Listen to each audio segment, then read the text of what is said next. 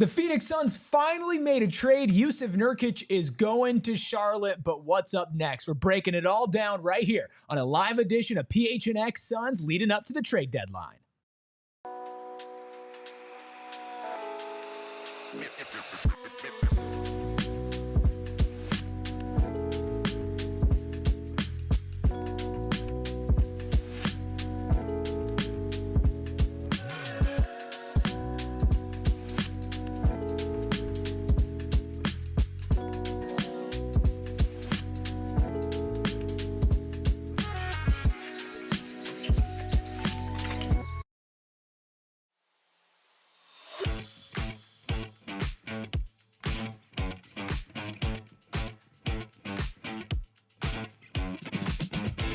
Has the first domino fallen? We're breaking it down on a special edition of PHNX Suns, of course, still presented by Bet365. Download the Bet365 app, use code PHNX365 when you sign up, and find out why, whatever the moment, it's never ordinary at Bet365. I'm Eric, Steven, Espo, Gerald, Noah behind the Mac, making all of the magic happen, and there was a little bit of magic today. Jusuf Nurkic has been traded to the Charlotte Hornets, along with a 2026 first-round pick in exchange for Cody Martin, Vasilije Micic, and a 2026 second-round pick. What is our initial reaction to what could be the first domino on a possibly chaotic trade deadline day? Okay, if that's magic, it's the guy trying to pull the tablecloth from the table and all the stuff just falling over when he does it. That's not magic. That was a complete dump of a guy that you knew was a malcontent, and this is a complete admission of how badly you screwed up the initial trade that brought him in here. This was salvaging what little you could for Jusuf Nurkic. Yeah, I mean, it sucks, but I'm glad you don't fall into the sunk cost fallacy of not moving Nurkic just because you're afraid of the backlash from a deal that we all know was a mistake now. It was a bad move. And you had to trade your 2031 first round pick that could still wind up being valuable for 3 picks. So you could attach a pick to get rid of Nurkic. The good news is those picks, you're getting a second in return that same year that you're sending the 2026 pick out. And let's be honest, by next year, I don't expect the Hornets to be out of the lottery. So that second round pick that you're getting in return should be somewhere in the high 30s, I would imagine, because I just don't imagine the Hornets being a good team next year.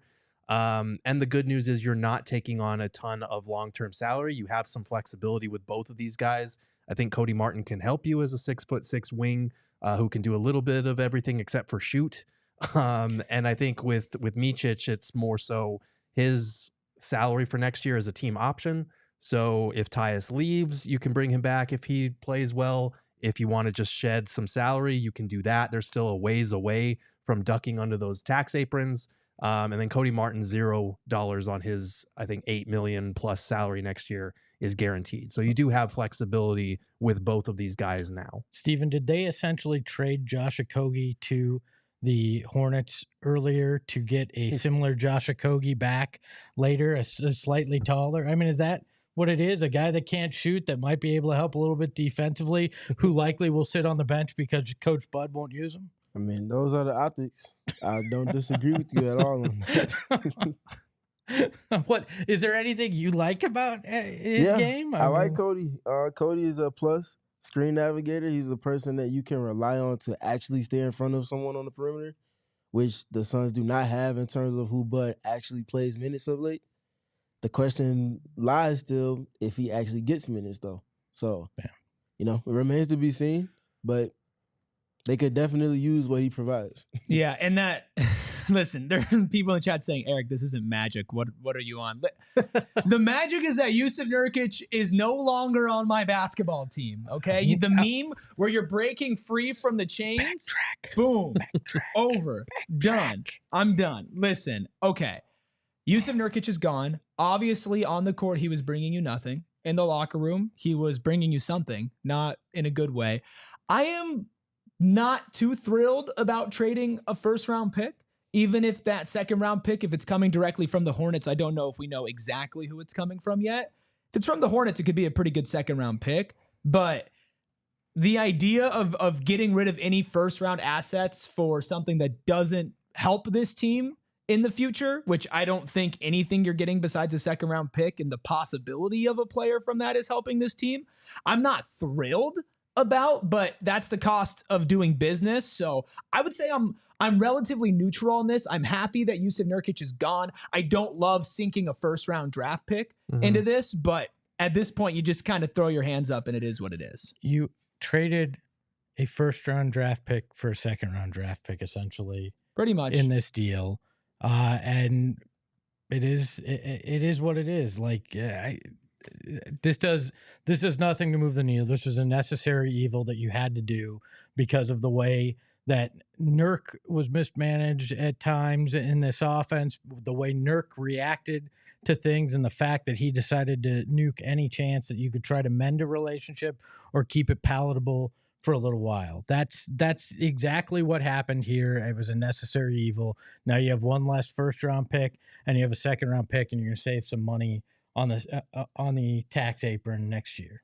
Yeah, we're looking for little positives in a situation that, if you look at where it started from, is overwhelmingly negative. Because you go back, you turned your number one pick into DA instead of Luka Doncic, and then you traded that number one pick for Grayson Allen, Nasir Little, who's no longer with the team, Keon Johnson, who's no longer with the team, Jusuf Nurkic, who's no longer with the team, and you had to attach another first round pick to send Nurk out. So yeah, it's not a great progression that you went through when you had a number one pick back in 2018.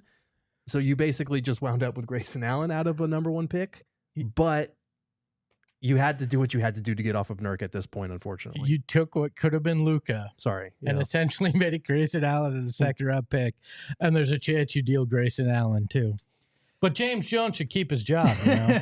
That I'm sure that is going to come up again later in this show. But just breaking down the players the Suns received in this trade, Steven, is there any world where either of those two players find themselves in the rotation for this team? There should be a world where Cody Martin has relevance for this team. They lack activity defensively on the perimeter, past just being able to stay in front of their man. The Suns want to play with pace. You have to play with a certain level of activity to give yourself an opportunity to play with pace past just grabbing rebounds. Cody is one of the more active defenders in terms of getting deflections and being able to just be active on the perimeter. And I think there's value in that, having someone that brings that energy, those multiple efforts that we, for example, last night just did not see in the second half of the game against Oklahoma City. So he should, but based off of the template we've seen, Ryan Dunn played like 12 minutes yesterday. Are you valuing defense, or are you just looking to put the ball in the basket? Which, newsflash, you didn't do enough of that last night either. You managed to do neither. How are we going to feel about this trade if Cody Martin starts stealing Ryan Dunn's minutes? Worse. Yeah, I mean, if you're making this trade and it's impacting the rookie that is one of the few bright spots on your team right now, especially looking towards the future, that is unfortunate. And I think that opens up a whole can of worms going back to last night of, like, despite all the problems and the trade deadline and whatever's going on, like, there are still coaching decisions that don't make sense to me. And that's a whole other conversation that maybe we'll get to later. But even if it's not eating into Ryan Dunn's minutes specifically, either of you two, do you want to see Cody Martin in this rotation, or do you maybe just want to see the Suns try to get off of them and save a little money? They're a 500 basketball team. I want to see anything different. I want to try anything at this point. You might as well understand if he could actually give you even the smallest bit compared to what you've had. Yeah, play him. That's fine with me. But the reality is, probably the best thing that we're going to get out of this trade is Jusuf Nurkic is now going to be completely unfiltered about his thoughts here. And we're probably going to get some unbelievable sound bites about what's going on in Phoenix from a guy that was not happy to be here. No, he doesn't bring the drama. He doesn't bring the drama. It's okay. We've gotten some clarification on the pick exchange from ESPN's Bobby Marks. He tweeted, the Hornets are receiving the 2026 least favorable of Phoenix, Washington, if 1 through 8, Orlando, and Memphis. The Suns are receiving the 2026 least favorable Golden State, or Denver second. So Oh, never mind on the Hornets. It got even worse. Congratulations. It's a second is a second. to be no, honest but with you. the second was closer to 58th the pick, top. Yes. the 58th pick and the 32nd pick are vastly different. I don't think the Nuggets or Warriors are going to be that high. No, anymore. but the Warriors are trying to go all in and trying to win. Who knows what happens next year, right? But they do have Jimmy Butler probably in the under 50s, contract. early 50s, Probably in the late 50s. 40s. Denver has Nikola Jokic. They're going to be at least trying to contend next year, probably in the top 4 to 5 seeds in the West. So it is a difference when you're trading what would have been an end of a first round pick. If it was the Hornets' second round pick, you're talking about moving down 5 or 6 spots. Yeah. Maybe, versus now you're talking about moving 15 to 20 spots. I think that definitely makes a difference. I don't know if it makes a difference as not doing it, but it definitely makes a difference. Are we really splitting hairs about second round picks? Like, we shouldn't be, because No. we saw this team last year enter the draft with the 22 pick, wind up with the 28 and 40 pick. Like, if you need to trade up in the second round for a guy that you like a year from now, you can still find a way to do that. But yeah, obviously for this deal, it makes it look worse, and because you're going from probably early 30s to late 40s at best, early 50s most likely. how bad do you feel for the guy at the league that has to keep track of all these pick swaps since they become in vogue? Like, there's some massive chart in the league office that they're like, okay, so how do we figure out this draft order? Because there's 6 people that technically own this pick, and it's defaulting down to things. I feel bad for that guy. That's the most I feel about this whole I trade. just hope that guy is paid well. It's probably some intern It's not paid at all. It's probably some algorithm. Let's be honest. They probably just put it in, but It'd be really funny. It's just like an Excel spreadsheet. Like, it goes to the Hornets and then it goes to the Nuggets. There's some conversation on social about if you get off of Martin, who's non-guaranteed for next year, that you can go below the second apron. Obviously, I'm not sure about that off the top of the dome. Is anybody up here? I'll look Aware? into it, but Okay. I feel like they don't have a ton of contracts coming off the books this summer, unless, like, you're gonna get rid of, if you get rid of Cody Martin, who's like $8.5 million, and Micic, who's like $8 million, you're getting about $16 million off the books. So I need to look into what they have on them, because they still have all of their major salaried players. If they are let go, it saves the Suns $19 million next season. And a bunch of people are saying puts them under the second apron. Gerald's going to look into that. Let's get to some of your super chats. Over 620 of you in here right now. We will read your super chats. Any price will do. BComC, clearly, it's always an iffy situation with if we're going to read yours, but I'll read it. I know. Because why not? It's deadline day. BComC, clearly $2 super chat says, quote, more is coming, need some more cake. And then all sorts of emojis there. So Sure. there you go. Thanks for the $2 and whatever the hell that message was. Omar with a $1.99 super chat says, if both Martin and Micic are waived later under the second apron, seems like a pretty overwhelming majority of people are saying that. I'll trust you, but I also want to trust Gerald. Just fact check, just in case. Hunter with a $4.99 super chat says, we probably only drop back 10 picks in 26, and then cutting them this summer gets us to only 10 mil above the second apron. Great trade. I mean, if you do cut them, you are going to get closer to getting under that second apron, and that's been something that has been handcuffing this team pretty heavily. And depending on what else they do today, they also might be saving some money. Let's just reset a little bit. Over 640 of you watching right now. Let's set a like goal. We are going live until after the trade deadline. We're going to talk about all the moves that are made. We're going to give live reactions to everything. So get comfy, grab a snack, grab a drink. Let's set a like goal, and I don't think it should be a small one. Espo, where are we looking at Let's today? go 300. We got an hour and 7 minutes until the trade deadline.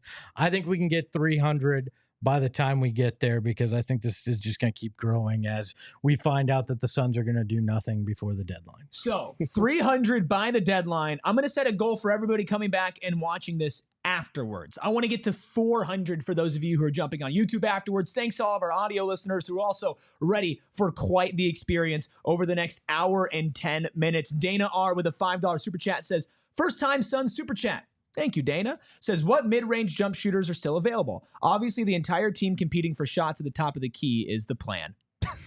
So just continue to double down on mid-range jumpers. I'm sure that there are a lot of people who shoot mid-range jumpers available, but would we let them when you have Katie and Devin Booker to shoot mid-range? Or will you have Kevin Durant to shoot those mid-ranges anyway? Because I think now the next question, Espo, unless we have more on this Jusuf Nurkic trade. No, it's just Bobby Marks supposedly said that they would be under it live on ESPN. Now, lots of moving parts, but I wanted to... I think they'd be under it, but they'd only have 8 players on roster. Well, perfect. So I mean, that's the rotation they play, they'd right? be under it by about, looking at my math here, my quick work here, about $9 million under, with 8 players on roster. So don't know if you would stay that way. But I'll need to sit down and really look at it instead of doing it on the fly. Let's also keep people abreast of what's going on around the league. According to Shams Charania, the Atlanta Hawks are trading forward DeAndre Hunter to the Cleveland Cavaliers for Karis LeVert, George Niang, and 3 second-round picks and 2 swaps. Don't love that. So the Cavs got better, I think, on that front. Absolutely, they did. Significantly. I mean, there you go. The East gets stronger too. Yeah, that trade in general is terrifying for the rest of the league. Not that the Suns were looking at a potential final showdown with Cleveland, but that is an incredibly long, lanky defensive lineup, Steven. That is going to be a team to watch to get to the finals this year. Well, DeAndre Hunter still has questions on defense, though. Yeah, but it's surrounded by Evan Mobley and Jared Allen. I feel like defensively with that length and that athleticism, he's going to be in a much better position than in Atlanta. He will be as far as that goes, but I think the most value that he's going to bring for them is offensively and not just in three-point shooting. He's a player on offense that has layers past what Niang could provide, and obviously past what players like Okoro could provide. And I think that's something that's going to really help to connect things for them in the half court, which is where pretty much all of their struggles on offense came in the first round against Orlando last season. So DeAndre Hunter giving them more size, giving them shooting, but things in addition to just shooting the basketball is going to be a pretty solid positive for them. That takes a suitor for Cam Johnson off the board, though. Mm-hmm. So I'm curious what's going on there. If he lasts with Brooklyn past the deadline, just kind of spitballing out loud on that one. Atlanta look to be selling off a couple other pieces. Could they look to be getting off of Clint Capella, right? Could that be something that maybe the Phoenix Suns look into? Maybe Larry Nance Jr. Not without Bradley Beal being involved, because Capella makes too much. Yep. Atlanta could be warm and cold at times. I mean, Larry Nance Jr. maybe, but again, like we talked about last night, what does that accomplish? Like, I mean, great. Okay, so what is next? What do we feel like is next? Obviously, the big name, what everybody is talking about right now, is Kevin Durant. Shams Charania said that teams are still calling about Kevin Durant despite the Warriors trade not falling through, but KD still not requested a trade, and quite frankly is surprised that the Suns are either listening or looking at trades for him. Where do we fall now that the Jusuf Nurkic trade has gone down? Do we think the next move is going to be Kevin Durant traded to blank? Not unless the Houston Rockets at the last minute come in and offer you your entire draft capital back and some young talent that you can kind of reboot rather than rebuild. Unless that comes at the very last second and the Suns just decide that they need a massive change, that getting their own draft capital back is worth it, and that maybe they have somewhat injured their relationship with Kevin Durant. But I just don't see it. It could, this whole deadline though, I didn't see any of this coming. Nobody saw most of this coming, so it very much could happen. Well, why don't do we want to look at some potential Rockets KD trades while we're here? I'll just say before we look, I don't think Durant gets traded during the season again. Mm-hmm. This short notice, this is something that the number crunching and the projections going forward is rather tedious for all existing parties to get their ducks in a row before pushing it across the finish line. Might be something that a conversation starts now and is revisited after whatever happens for each team's season concludes, but I just don't feel like it happens in this rush manner with the deadline 90 minutes away or less. I don't think so either, unless that the way that they negotiated this whole Jimmy Butler thing and had reportedly had a deal in place without Kevin knowing, if that's the way that it went down and he was blindsided by it, maybe there are some bad feelings there and you have to make a move now or this summer. You're right. It is a very quick turnaround to go from that to moving him somewhere else. And like we've said, KD wants to be in Phoenix. He doesn't want to be traded. That's what we've been saying all season. That's what Shams just said in his report today. So if you are moving him, it's because like things have soured. And I think ESPN's Ramona Shelburne just reported that the situation in the Suns locker room right now is quote unquote toxic. Oh boy. Because of the trade speculation. Yeah. So it's not looking good if that's the case. I don't think that they put together a deal in the next hour for KD. But just in case, to cover our bases here, let's take a look at what it would take for a Rockets trade to happen. Let's go with our first one here involving Jabari Smith Jr. I got to point out the fact that like the Rockets and Suns cannot really work out a deal that involves Jalen Green or Alperen Şengün, because they have poison pill provisions in their contract, which means their outgoing salary would only count as like $5 million for the Rockets, but the incoming salary would be the average of their upcoming extension. So you're talking like 27, 28, 30 million. It's hard to bridge the gap there and make a deal work mathematically. So you're looking at Dylan Brooks, Reed Shepherd, Jabari Smith Jr., Cam Whitmore, and you get your picks back from Houston. Look, if he's toxic, then yeah. If this entire locker room's toxic and you're at this point and you can get this kind of a haul, do it. Just move on. Hit the reset now, because you may have lit a powder keg that you didn't intend to with your discussions with Golden State. You may have actually made the locker room worse somehow. And at this point, I don't think just removing Jusuf Nurkic is going to fix it. At this point, do you really want to slog your way through the next 3 months that could do continual irreparable damage to the guys that are in there that you might want to keep, your fan base and everything else? Like, you cannot slog through that, because that kind of stuff can fester and screw up your organization for a long time. If you get a deal that you can't refuse on Kevin Durant, pull the trigger right now. If you get a deal for anybody else, pull the outside of Devin Booker. I still think you got to keep him. Pull the trigger right now, because this has turned the corner to the point where it is a point of no return. You said it all there. So alternative here, we're going to look at another Rockets trade, and this is the one that we should talk about. It's, again, I don't think either one of these are happening today in the next hour. John Gambadoro just reported that this is likely the Nurkic trade, the only move that the Suns are going to make before the deadline. We'll get into that, but just this last alternative. If you can get Amen Thompson from the Rockets, obviously what you're getting around him is less, because we're going from Jeff Green, Jock Landale here instead of some of the other young. I know you like the Jock, but okay, Amen Thompson, I don't think he would ever be. I think he's off limits in this type of trade. If you're the Rockets, if you could get Amen Thompson in this package without getting any of your picks back for Kevin Durant, do you do it? Yes.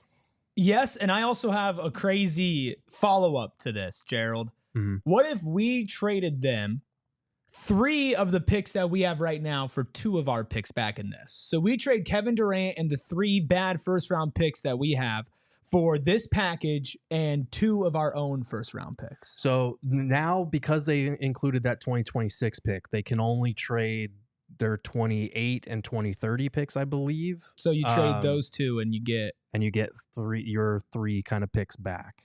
Yeah. We'll go maybe 2 for 1. I don't think the Rockets would trade more picks. Rockets are never doing this anyways. Yeah, I mean, they're not going to trade Amen. If they could, you press the button either way. Look, I mean, anytime you can get a guy that, is Amen, I mean, we need as much prayers and help as we can get in Phoenix. So if you could do it, do it. But look, if Gambo's right, the move you're making this trade deadline is cleaning house in your front office, right? Yeah. You need to have a vision. You need to have a path forward.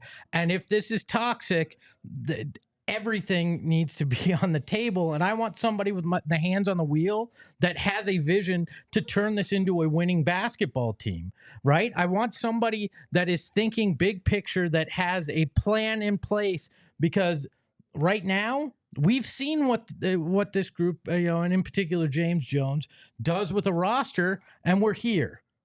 I don't know that I want the future and a potential reboot in the same hands.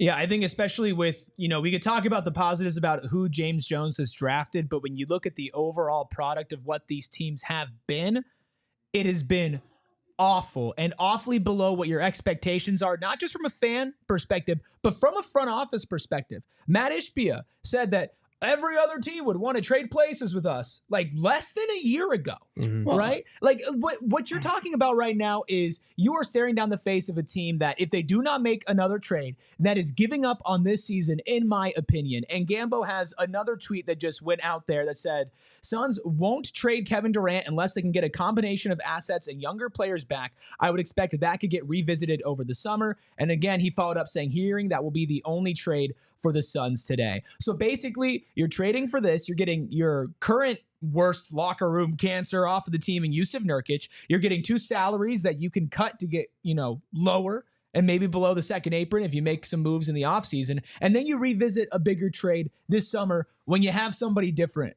leading the front office. That's kind of what it feels like the game plan is for this team. Let me say this. I trust Gambo's reporting. I believe in everything he's saying. There's still 55 minutes.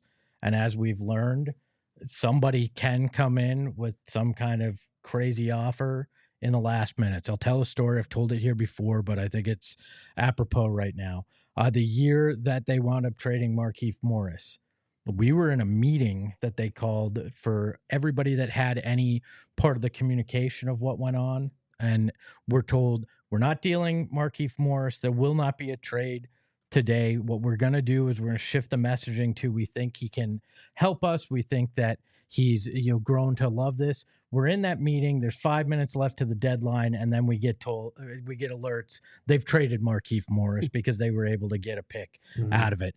Things can change quickly in this, so I'm not willing to say that nothing happens between now and then. That's just the way it sits right now at this moment, but there's still 54 minutes left to go.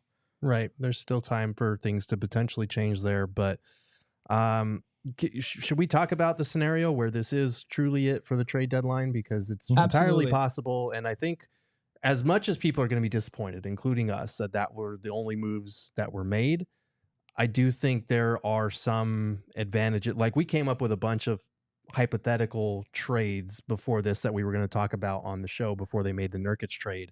And a lot of them involved you giving up a pick to send Nurkic somewhere. They involved maybe a couple of picks to get something back that would maybe only move the needle for this season, maybe next season a little bit.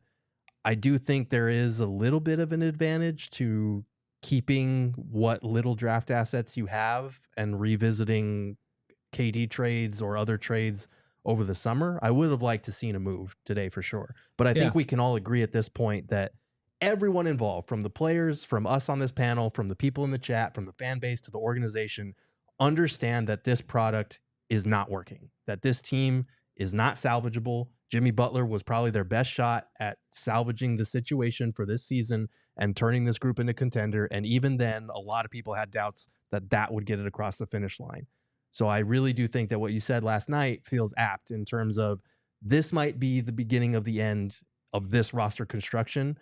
And as much as I'm not going to say full rebuild, I do think everyone except for Devin Booker is probably available at this point. I think you're 100% right. I think the rest of the Western Conference slammed the door shut in your face, and that you're basically at a point where you are standing pat, like it sounds like, because you are well aware that you're going to have to do major work and reconstruction in the offseason. The only problem, and I think the miscalculation that they made, was if they didn't talk to Kevin Durant prior to all that stuff coming out about the Warriors, and that they did have the parameters of a deal done, they now may have made this a more insufferable situation that may hurt the value of a guy that you may have to move, and most likely will have to move off of, to get anything to start that reboot.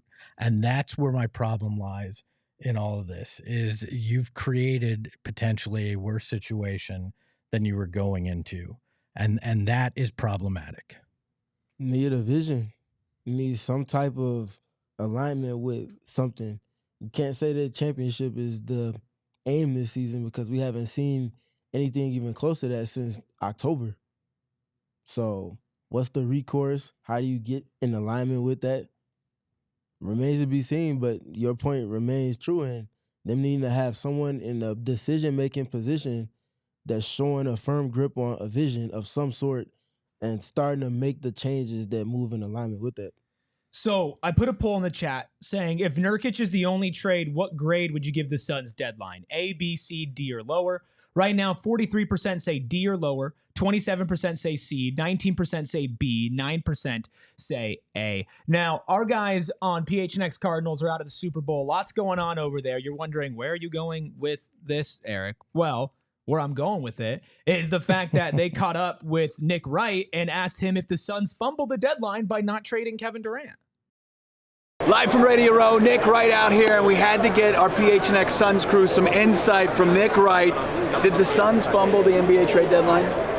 I mean, honestly, no, because the less moves right now the Suns make, the better, because every move they make is crazier than the previous. They probably just need to chill for a minute, let this season play out, and then figure out what they're going to do with Durant, because they can't just keep putting more on the credit card. It's just, I just don't think they've been run well the last few years. What do you envision as the future for Kevin Durant with the Suns organization? I don't think it's the long future of the Suns organization. I think he probably gets moved this summer. That's what I would imagine. But you could probably get a real return for him and try to start a reboot around Booker, which is what they should have been doing. My God, I agree with Nick Wright. Now I feel dirtier than I felt that they're not going to make a move. Well, take a second and collect yourself a little bit, and we're going to unpack that and do so much more. It is a special live edition of PHNX Suns leading up to the trade deadline. Jusuf Nurkic is gone. According to reports, the Phoenix Suns are done, but we still have 50 minutes until 1 o'clock. We'll be back breaking it all down right after our first break.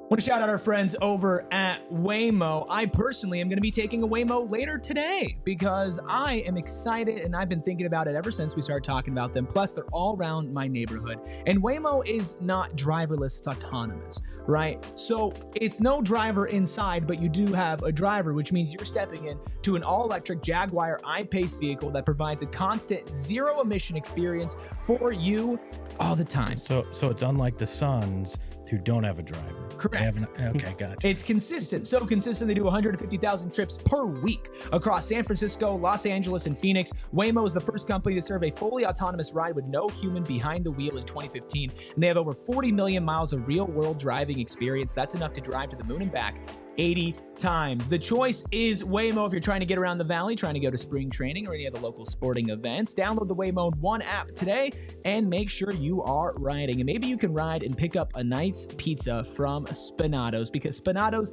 is the place to eat for Suns fans. Not only do they have Suns watch parties with the Phoenix Suns dancers and the Gorilla, but they also have giveaways, chances to win free Suns tickets, gift certificates, and more exciting prizes. Plus, if you've got a decent jump shot, not only could you play for the Phoenix Suns now, you can also enter the Spinato's pizza competition like horse. We've all played horse, but instead of spelling horse, you're spelling pizza. And you can win free pizza for a year and tickets to the Suns game on April 9th. Did I mention the pizza? There is no better place than Spinato's. Absolutely delicious. We've had it here in the office. I've gone on my own time. It is just a wonderful, wonderful place to just forget about all the other problems in life while you sit down and have a nice meal. Whether you're just going for a slice by yourself or you're trying to get a whole pie for the family, get all the info on the watch parties and the pizza basketball contest at SpinatosPizzeria.com. That's Spinato's official pizza of the Phoenix Suns. We appreciate everybody, over 850 of you in here right now as we inch closer to the NBA trade deadline. Jusuf Nurkic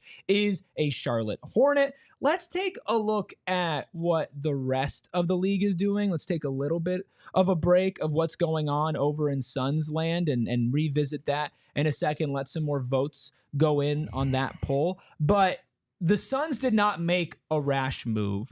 They are likely not to trade Kevin Durant.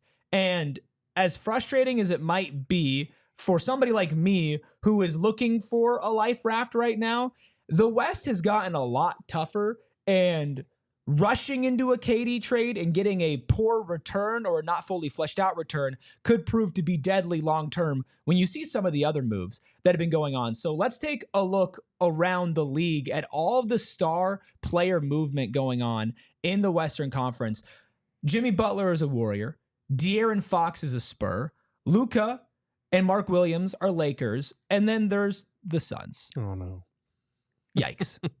How are we feeling with the Suns not making a big trade like 3 of their direct rivals? They made the attempt, so I will say that. It's not as if they legit just sat on their hands, but the Warriors are better. The Spurs are better. The Lakers are significantly better. Houston's going to continue to get better. OKC, I don't think we've seen the best of OKC. So now the Western Conference, even though it was a bloodbath before, is an even tougher gauntlet. And I would say the Kings didn't get much worse in it. So they're still a team that's there, right? The Nuggets still have Jokic, literally, like I said, the West slammed the door in your face right now. Yeah, it feels like it. And like we said, everybody involved knows this team is not good enough, that knows that something is off with this group, that internally fixing it just wasn't going to happen this season. Even if you made a trade for another center or added a Jimmy Butler, I think it could have helped, but I don't know that it puts them in the category of OKC or Boston. And that's what you needed to be. When you traded for Kevin Durant, when you acquire a player like that, you need to be in that category for the window that you have. So I don't want the Suns to trade Kevin Durant. I don't, but it's kind of facing the reality of the situation of how you can retool around him and Devin Booker. And especially if you conducted yourself at this trade deadline in a way that sours that relationship, then you're kind of going to have to at a certain point, because I don't think if Kevin Durant was truly blindsided by this conversation that his name was suddenly thrown into, that's a hard relationship to repair. And suddenly, I think money fixes everything. You throw a 2-year extension at him, but how can you retool around Kevin Durant at age 36 on a 2-year extension and Devin Booker and fix everything else around them, especially with Bradley Beal still having the no trade clause? That's a really hard task to undergo, in my opinion. So I don't want them to trade Kevin Durant. I think you can still build a winning team around Devin Booker and Kevin Durant in a vacuum, but everything else around them makes doing that so much harder now. Yeah, and Kevin Durant's earned the right to try to get another championship too. And that's why I feel like they're what's in the way, and I've said that with the most respect that I can, is them not being able to move Bradley Beal on their own will. And that's where it gets tricky, especially because now you just offloaded the next biggest contract outside of your big three in Jusuf Nurkic, because you had to undo a lack of discernment in the trade that you made that got you in that situation with him to begin with, a lack of foresight. So what's the recourse now? Yeah. You backed yourself into a corner. Yeah. I do wonder, though. I mean, we heard that the framework of that KD deal, from reports, nothing, just, from anything more than that, but it was Butler, Kuminga, draft picks. Are you going to be able to get better than that for a reset with an eye to the future in this market in the offseason? Depends on what your definition of that is. Because I do think, for me personally, I think if you're trading Kevin Durant, it's not necessarily a long-term rebuild, but you have, Jimmy trading Kevin Durant for the right to pay Jimmy Butler for the next 2 to 3 years was a dicey proposition for me. Not just because you're downgrading from KD to Jimmy Butler, but why wouldn't you just keep Kevin Durant and extend him 2 years rather than trade him for a worse version, a guy who's forced his way out of multiple stops, who hasn't had the same injury luck over the last couple of years? You're downgrading in every single category and pissing off a guy who wanted to be here in Phoenix, who wanted to be traded here in the first place. That for me would be a miscalculation if that's really what went down.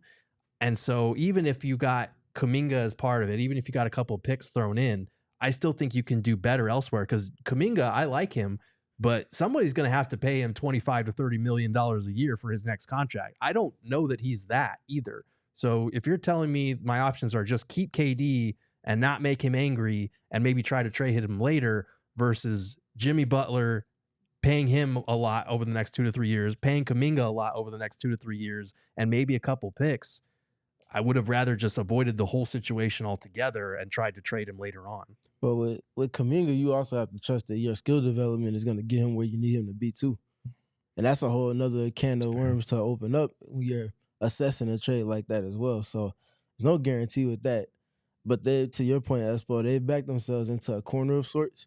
And because of the lack of vision that we've seen, feels like someone else needs to be in that position or at least have a more dominant stake of the ultimate decisions made if James Jones isn't out the picture completely with that. Yeah, and the Ishbia thing, I understand the owner's involved, right? I mean, that's most teams, that's going to be the case because it's their money in the end, right? But if he's involved, if how much Bartelstein's involved, whatever the case may be, doesn't that speak to your confidence in James Jones anyways? If you believed in the guy that much to hold the wheel and you trusted the vision, you wouldn't meddle, right? And that's the thing to me that speaks volumes about it. It also is, if that's the way you look at it and what's going on, then I think that speaks to the guy sitting in the chair. And the fact that he's been here through McDonough and drafting DA over Luka, whether he agreed with it or not, he was there. He was there through the good and the bad, and through to this. At some point, somebody's got to pay the price. We got another trade coming through here. For the Suns? No. Oh, okay. I can confirm Gambo's report that the Suns are probably done for today as well. The Clippers are trading Terrence Mann and Bones Highland to the Hawks for Bogdan Bogdanovic and 3 second-round picks. So they got maybe the Clippers got better. I kind of like Terrence had Mann. a really bad year. He has, and I like Terrence Mann. I think Terrence Mann is good been for them. Borderline out of the rotation the last couple of weeks, though.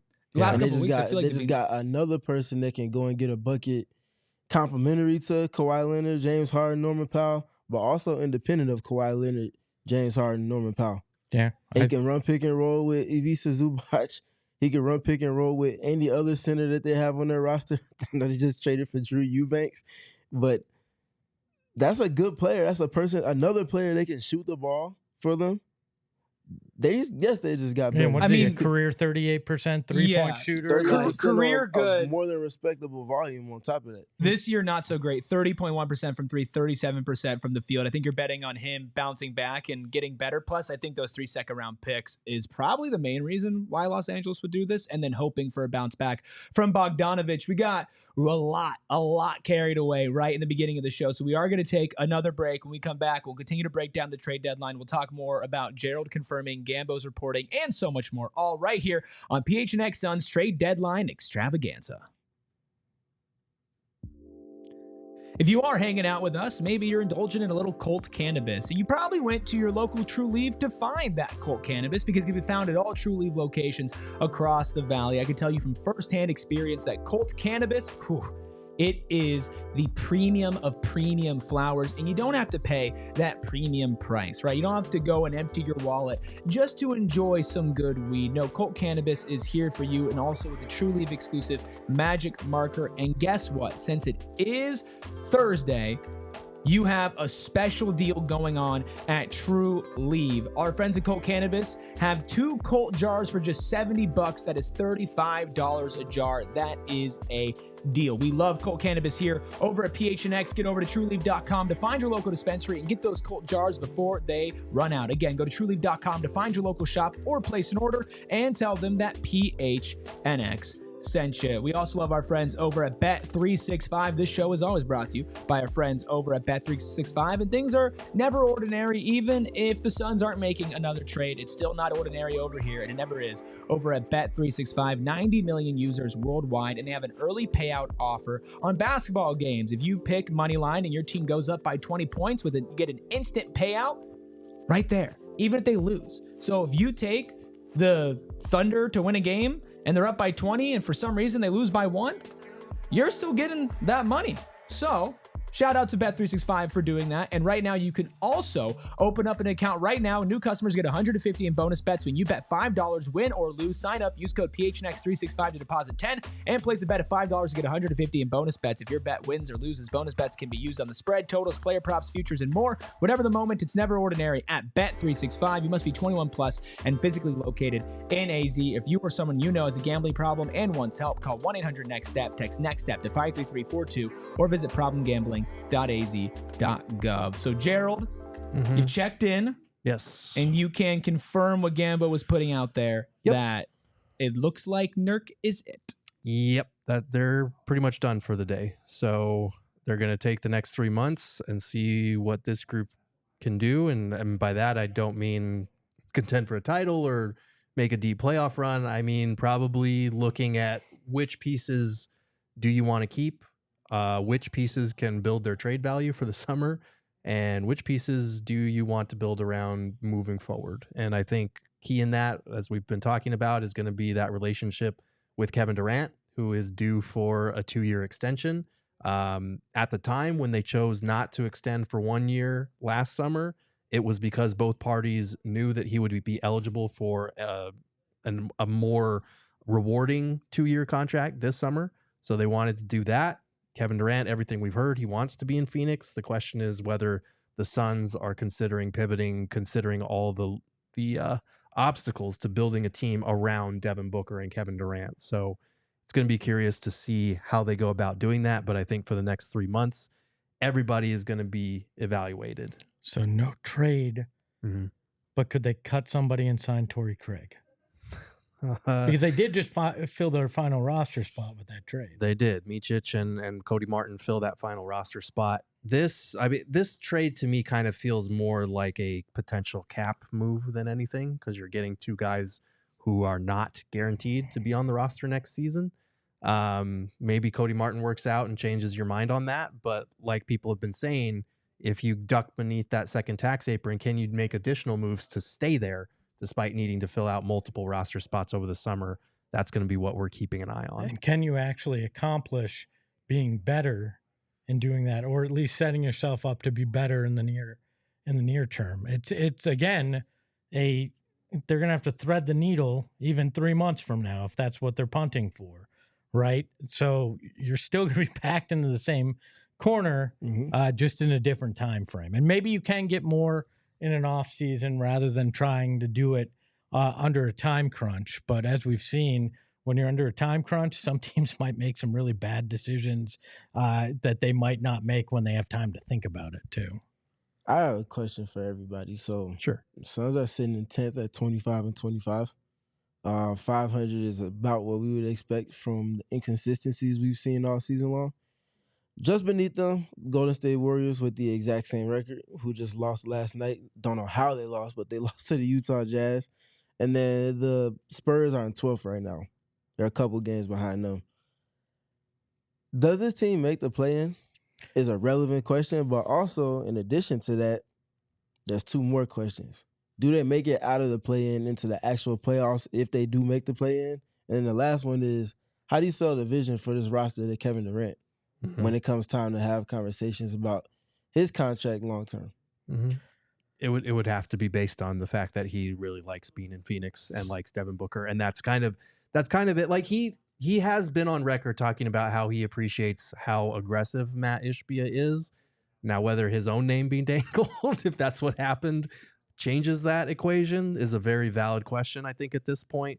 But yeah, it's a tough sell at this point. And it's honestly for Booker, it's a tough sell depending on what you get out of a Kevin Durant trade. You have to really nail your next steps here, not just with a Durant trade, but all the auxiliary pieces that you put around him that just haven't worked out for one reason or another. You know, you bring in a point guard like Tyus Jones to address the point guard problem, and then you run into multiple obstacles. So now you're putting him in a role where he's playing off the ball. You bring in all these different pieces and you're asking them to do things. Bradley Beal, prime example. You bring in this piece and you're asking him to do a lot of things that he has not done throughout his career. It just feels mismanaged to that core. So you are looking at a situation where if you're the front office, you really have to nail what comes next. And you have to be on the same page as your stars in terms of what it's going to take to build around them. Because right now it feels like, how are you going to bridge that gap again? And when somebody shows you who they are, believe it. This team has shown us time and time again that they're a 500 basketball team. Mm-hmm. We know the Warriors got better. I would argue the Spurs have a path to getting above 500 as long as they gel quickly. Mm-hmm. There is a world where this team could be sitting in 12th come the play-in time. You've always talked about the fixes need to be internal. If Ramona Shelburne's report is correct that this locker room's toxic, you're not going to get a team that's trying harder. That's just not going to be the case, right? The only way this team gets better is if there's some internal pride to try to show people wrong, show people that they're wrong, whether for whoever and for whatever reasons. I don't know that I've seen anything that suggests they get there. Yeah, it's a very bad situation to be in. I think you could see the Suns make the play in this year. I mean, they do have the talent. They did get rid of Jusuf Nurkic. We don't know how much that was weighing on the locker room. Of course, we have the reports about what's going on as far as, it being, a little chaotic and not so great right now. We'll have to see that play out now that we're going to be with this group for the rest of the season. They do have the talent to win games if they're clicking. We just all don't have faith that they're going to click. We're going to keep talking about this right after our final commercial break, and we're going to stay live up until the trade deadline, commercial free, right after this. Maybe you want to drive to a different state to not be in the Suns TV market anymore. You could do that with our friends over at Sanderson Ford. Now, the best part about Sanderson Ford is you know exactly what you're going to get when you walk in there.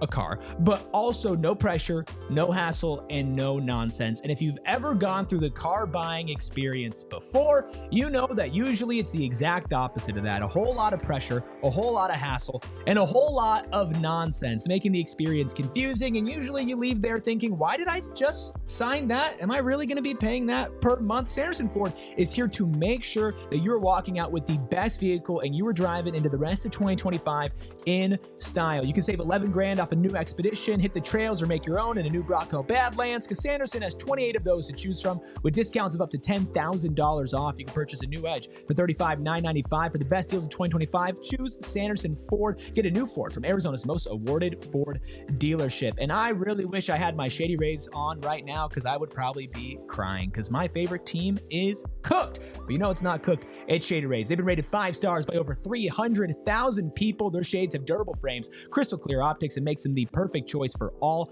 outdoor adventures. They have options from hundreds to choose from, whether you want to rep Suns colors or you just want to go basic like me. I like all black sunglasses, all with the basics. Plus, they also have an insane protection pair, and if you lose your shades, you can get them replaced as well. There is so much fantastic stuff going on over at Shady Rays, and if you don't believe me, just go and read one of the 300,000 5-star reviews. Exclusively for our listeners, Shady Rays is giving out their best deal of the season. Head to shadyrays.com, use code PHNX for 35% off polarized sunglasses. Try for yourself. The shades rated 5 stars by over 300,000 people. We appreciate all 870 plus of you in the chat right now, hanging out with us on trade deadline day. Unfortunately, it appears the Suns are done. We do have a poll in the chat. If you want to vote on that, says if Nurkic is the only trade, which again, according to Gerald and Gambo, it will be. What grade would you give the Suns deadline? A, B, C, D, or lower? Again, 49% going D or lower, 27% going C, 15% on B,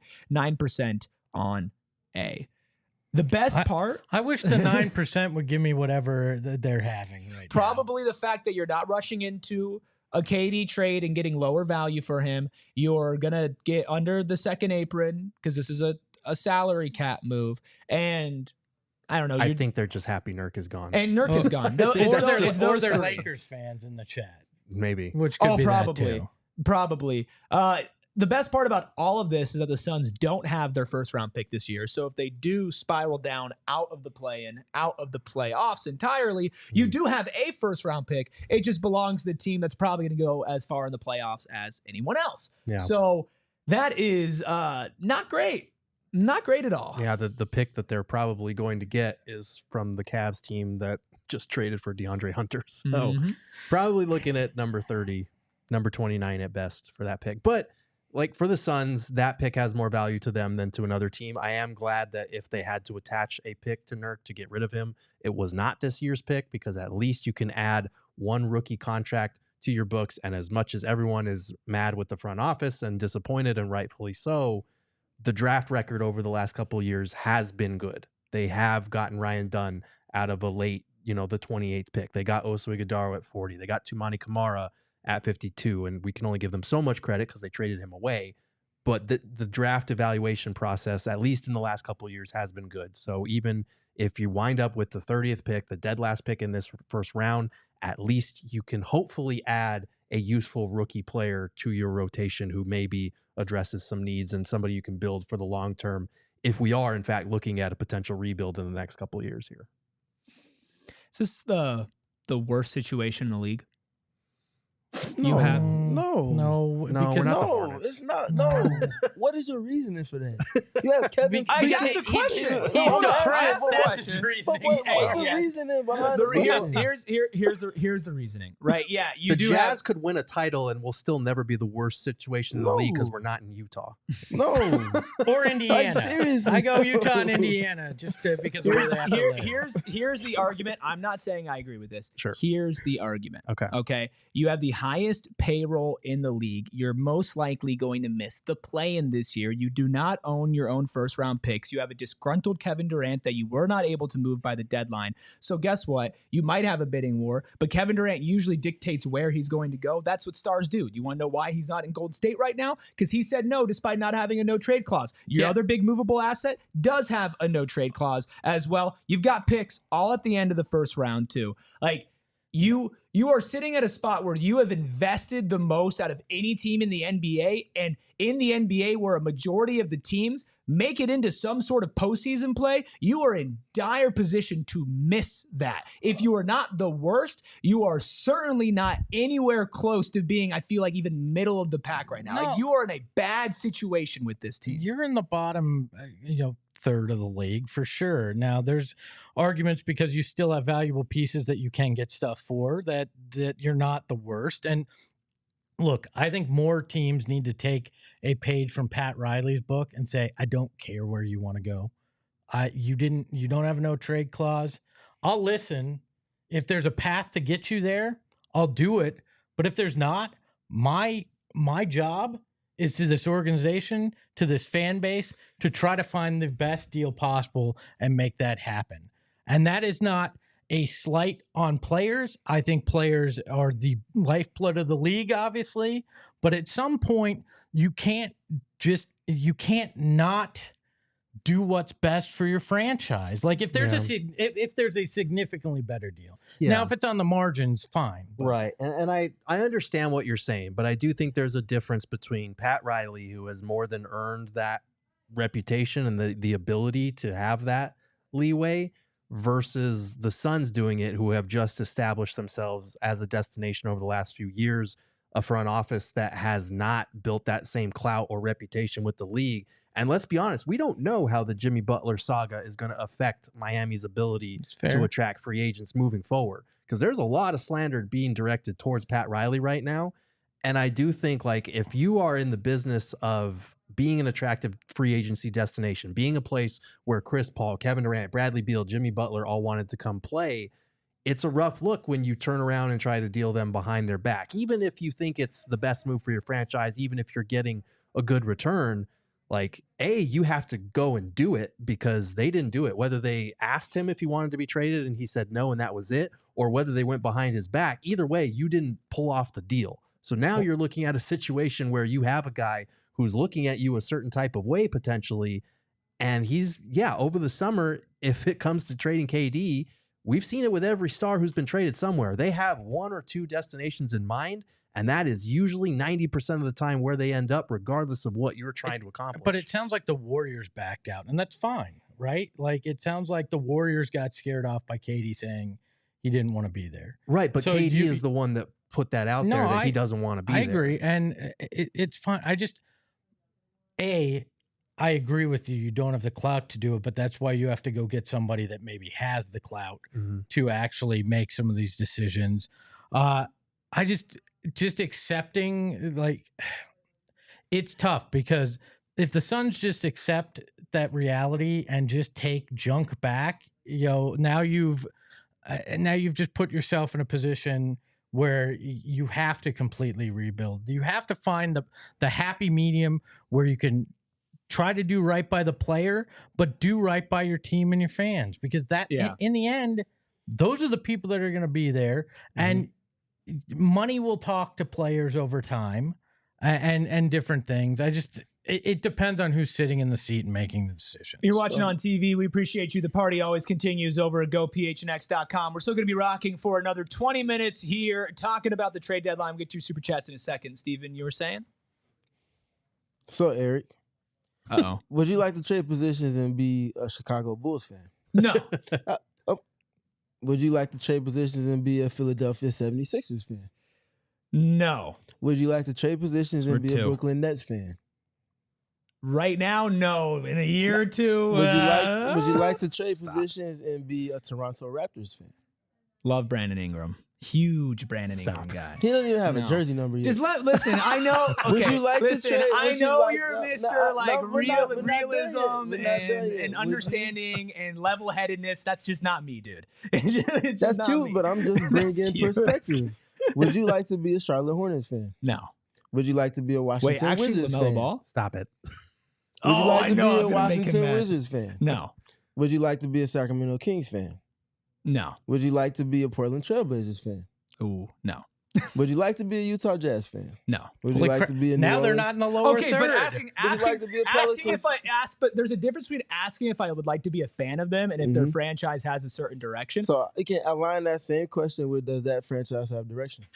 I think the Wizards have direction even though they're bad right now. I think the Nets have a direction even though they're bad right now. The Blazers are hot as of late and currently have a direction. And maybe I would still prefer to be with the Suns because I love this team and I'm never going to stop supporting this team ever, whether it's my job or it's not my job. But at the same time, and listen, you're talking to somebody who is vehemently screaming, do not rebuild this team. Do not blow it up. Do not trade Kevin Durant. Do not do these things. And now I'm sitting here 19 minutes before the trade deadline talking about, okay, now the fact that they didn't trade Kevin Durant and they're looking in the face of a potential rebuild and they still have the highest payroll in the league. If it's not the worst situation in the league, it's the worst possible outcome for what you signed up for with this team. And if it's not comparing it to all 29 other teams in the NBA, but solely comparing it off of internal expectations, what we expected from this team as well, then this is by far and away worst case scenario. And that enough to me is to be doomsday and panic from my perspective as a crazy emotional fan. We're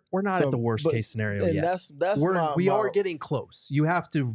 We are on the path. We have to walk a very fine line to make sure that it does not devolve into the worst case scenario, because if it comes to it that KD is mad, the locker room vibes are toxic, KD wants to be traded this summer, he forces his way to one team that gives you a return that is not optimal, and Devin Booker loses faith and wants out, then we are at the worst case scenario. But I will say, yes, you're right. We're not on the path, but we can see it in the distance, and we're walking pretty fast right now. So what comes next has to be, I don't want to say perfect, but it has to be managed a lot better than this trade deadline was. I think there's two different things here. As a fan, is this a terrible situation for you to sit and watch? Relative to expectations, that's there's not even a conversation to be had there on that. And that's the difference, right? As a fan watching, you went from, is this a team that could contend for a title, to where the hell are we heading?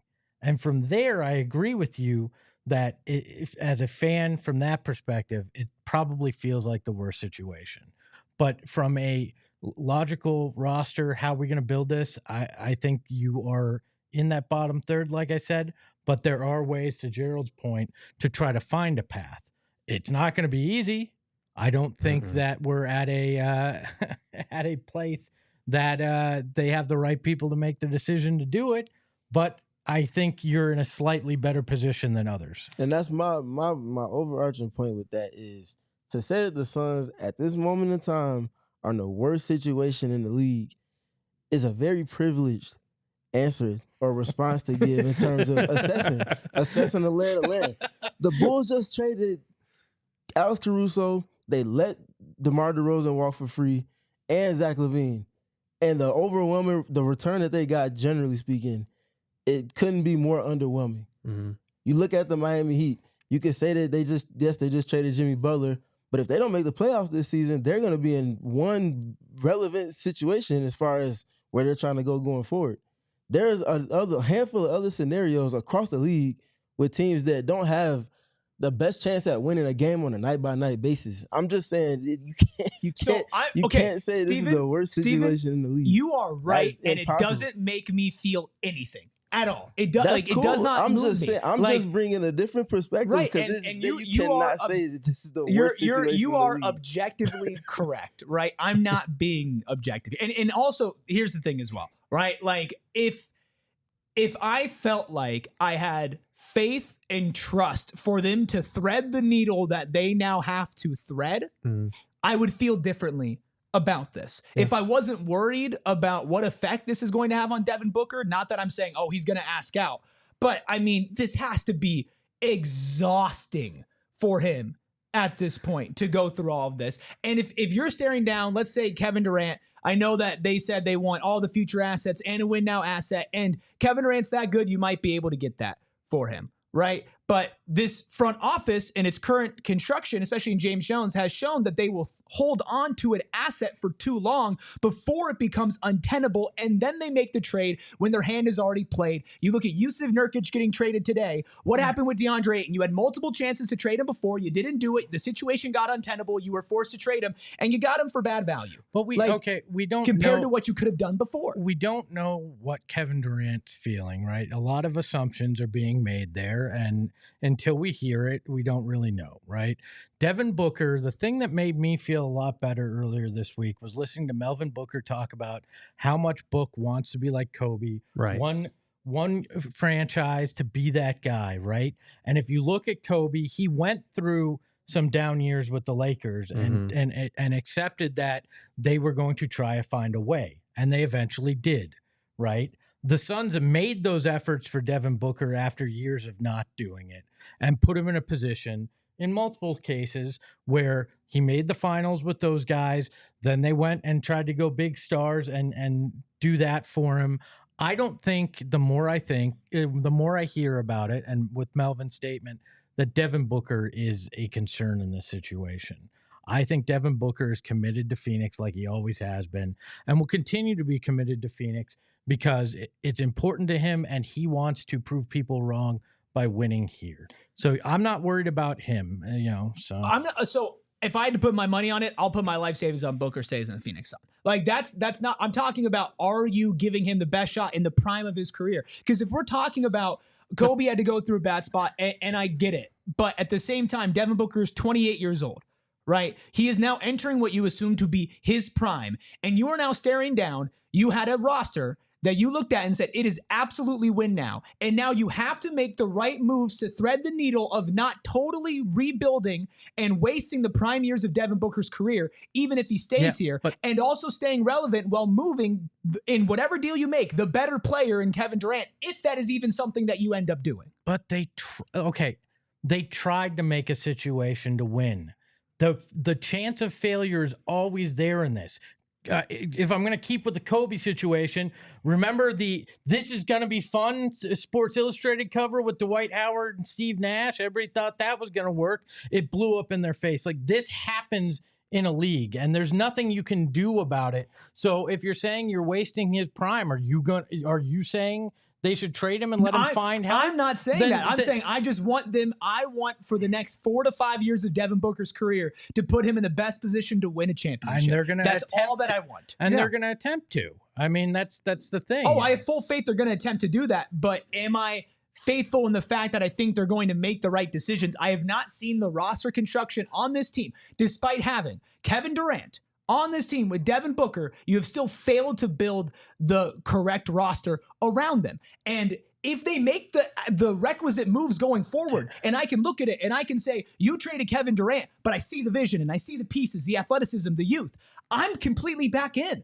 Like, this is not me saying I'm done with the Phoenix Suns organization and there's no path forward. It's, do I trust the people who are going to be taking us on the path forward based off of what we have seen in this team's current construction? Maybe I'm just being emotional right now. Probably. I don't feel that way. I don't feel like this optimism, and that's something I've been holding on to this whole season of, I think they're going to figure it out. Matt Ishbia is going to continue to be aggressive. I have full confidence he'll continue to be aggressive, but is the front office in a position where the aggressive moves will end up being the right one for this team? Maybe, but I'm not confident in that, and that's where my problem comes. And that's why you have to consider changes in that. But look, I'm not optimistic. This is a goddamn disaster. This is rock bottom pretty close right now for where you thought you were going to be. But they took that swing and they knew that this was a possibility, and it went to worst case scenario. And right now, they're going to have to figure out what's the path. Who's the guy to be, or the person to be at the helm of this to actually fix it. Again, basketball purgatory. Welcome to it. Pull up a chair. We're sitting here at least for 3 months, and who knows what the offseason is going to bring. Yeah, I mean, this is a lost season, but like I'm saying, how they wheel and deal their way out of this is what's going to matter. Like, we can acknowledge that we knew heading into the trade deadline that the season was probably lost, not just in terms of competing for a championship, but even making a deep playoff run. Like, we knew that was highly unlikely.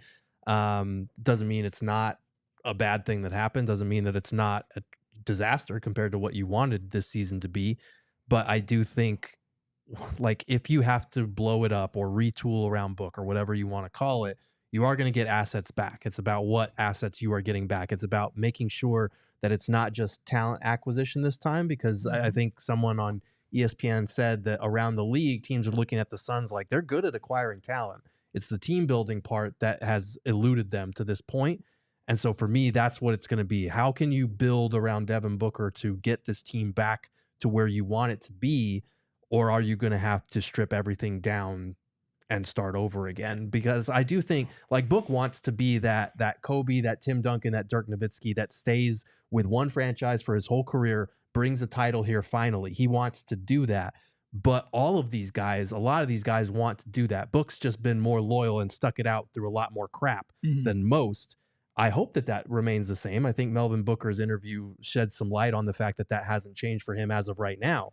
But if he gets to be 30, 31 years old and he's lost faith in where the Suns are as a franchise, you might see a situation where, like, even Damian Lillard was the most loyal guy in the league. He wound up getting a trade out as well. Like, it happens to everyone. So the Suns can't take that for granted. They have to build around him the correct way if they are going to retool. And that is all going to come down to, what can you do with Bradley Beal in that no trade clause? What can you do with your auxiliary pieces like Grayson Allen, Royce O'Neal? And potentially, do you have to trade Kevin Durant to get there if he is upset and if he wants out now? I want to ask the hard question, because we've talked about roster construction and they didn't do enough to put the right piece around. Is it even something simpler than that? Do Devin and KD not necessarily make the best mix on the court that makes it tougher for other guys? Because they've tried multiple iterations around it, right? They've tried different things. At some point, I think you got to take that into the equation too. I'm not saying that they aren't great, that Kevin Durant doesn't do great things, but we're now, again, almost 2.5 seasons through this experiment, and we keep getting to the same place. Not good enough, not talented enough, not enough chemistry. Things aren't gelling. And it's all operating around the same two guys, with interchanging pieces. Like, I don't think the mix in general works, and trying to double down, it seems to be moving them further down in the West rather than changing the equation. I think they're good enough. I agree with that. I don't think, if anything is questioned with the roster, those two definitely aren't. And I feel like and this is not absolving them of any blame in the situation that the team, as far as their record and the level of play that they've not seen consistency with, this is not absolving them of any of that. But if they had the right pieces around them, pieces that complement them offensively, but pieces that maybe stake a little more claim in the defensive process than they do offensively, and do so at the requisite levels of size. And they also have a coach that has a reach to the locker room and a reach to the roster that he's coaching to pull those strings. Like, we're asking for a lot. But when you're talking about comparing it to a team like Mark Daigneault has in Oklahoma City, where his philosophy marries with the roster that he's inherited, and they're drafting and they're doing all of the moves on the margins, adding someone like Hartenstein, adding someone like Caruso, that already played the same style of play that they were looking to work towards. They just did it in a more advanced manner, and they brought them into their context as a hand and glove fit. Like, it's just little things like that I don't feel like this Suns team has had. And the exception point of it keeps coming back to the 2022 postseason, and shortly after that. I guess my question is, in today's NBA, can you have two guys that they're best when they're in the mid range, that they want to operate? Those two guys, yes. I think so. And it's because of the attention that they garner with it. It's not like they want to go one-on-one, but how often do they actually get to go one-on-one? Because they're getting 2.5, 3 defenders committing to them. That's why I'm saying it's the pieces around them. I just feel like we've, in a lot of ways this offseason when we talked about it, and early in this year, people felt like you did finally have the shooting and these different elements that you needed, and it still wound up with the same man. I don't see that as a KD and Book thing. I get what you're saying. I get what you're saying for sure. I do think, like, to the point about the Tatum-Brown comparison, like, part of what helped the Celtics take off is the fact that now they're taking 50-some threes a game. Like, I think there has to be a recognition of what Book and KD do well. There has to be the pieces around them that can actually get to the rim, because that's the one thing that the Suns team is missing. They can take 40-plus threes, but they take the least amount of shots at the rim of any team in the NBA. That's a problem, because the Celtics have guys that can drive and kick. A lot of these teams have guys that can put pressure on the rim. And Suns they don't do not need their top pieces helping doing that. Prime example with the Celtics, they were really good, and then they got Derek White, and then all of a sudden they were just unstoppable. Yeah. Derek White, a piece. Go ahead. No, I'm just I get where you're coming from, Espo, and the fact that this team around Durant and Booker in theory was supposed to be better this year. I think we've seen for multiple different reasons, whether it's the talent or the coaching around it or the fit, that's just not the case. I do not believe at its core that Booker and Durant is a problem as a duo. I believe that as your two best guys, you can unequivocally win a championship with Devin Booker and Kevin Durant. The team around them has to be a different one than the one that is built right now. And since you do not have an avenue to retool, whether it's Bradley Beal's no trade clause or not being able to get enough value from a guy like Grayson Allen or Royce O'Neal to move off of those contracts for different players that possibly fit better, that is the problem here. And maybe we did a Southwest bias yesterday before all of the Warrior stuff went down. Like, to me, Kevin Durant is not the problem, but possibly trading him is the solution. I'm not saying either of them are the problem. I'm not saying that's not at all. I just, at some point, like, we all just keep going, I can't figure out why this doesn't work, right? And at some point, don't you just have to admit it doesn't work? Like, isn't that more of what you have to eventually come to? Because time's ticking on all of them, right? Like, and at some point, I'm at that point. I just don't think I can go through changing pieces again. I get your question, but I think they went wrong in a couple places. I think when they added Bradley Beal, even though he was the best player that you could add that summer, I don't think that fit was seamless. And you compounded that problem because you had two shooting guards in your two backcourt spots. If you can make that work, great. But they struggle with turnovers. So they went out and added a point guard. Now you're running out a 3-guard lineup and you're undersized. And you're dealing with a center who is not good enough defensively to cover for that lack of size and be versatile in what you need him to do. So you just built around your big three in the worst way possible. You built around your big two in a way that doesn't help them do what they do or put them in advantageous positions. Like, that's why I kept banging the drum. The Suns team don't need a point guard. They just need to take care of the ball and cut down on like 1 to 2 turnovers a night, and they'll be in a better spot. And they can't do it. So part of that is on them because Booker and KD are the two ones that commit the majority of those sloppy turnovers. Nurk was the other guy, and you took him out of the lineup entirely. but they needed a better center that could cover for more of what they did. They needed more wings and more size around those two. And now you're in a position where retooling and checking all of those boxes is going to be really difficult. So now so again, front office, right? It's just, there's so many flaws that it's, you're going to need 3 months to pull it apart and try to figure out what you're going to do. And you might only be able to solve those flaws by making big changes in the front office and on the court, right? Like we have never sat down on any post-game show, live show that we've done this whole season and said there is one glaring problem with the Phoenix Suns.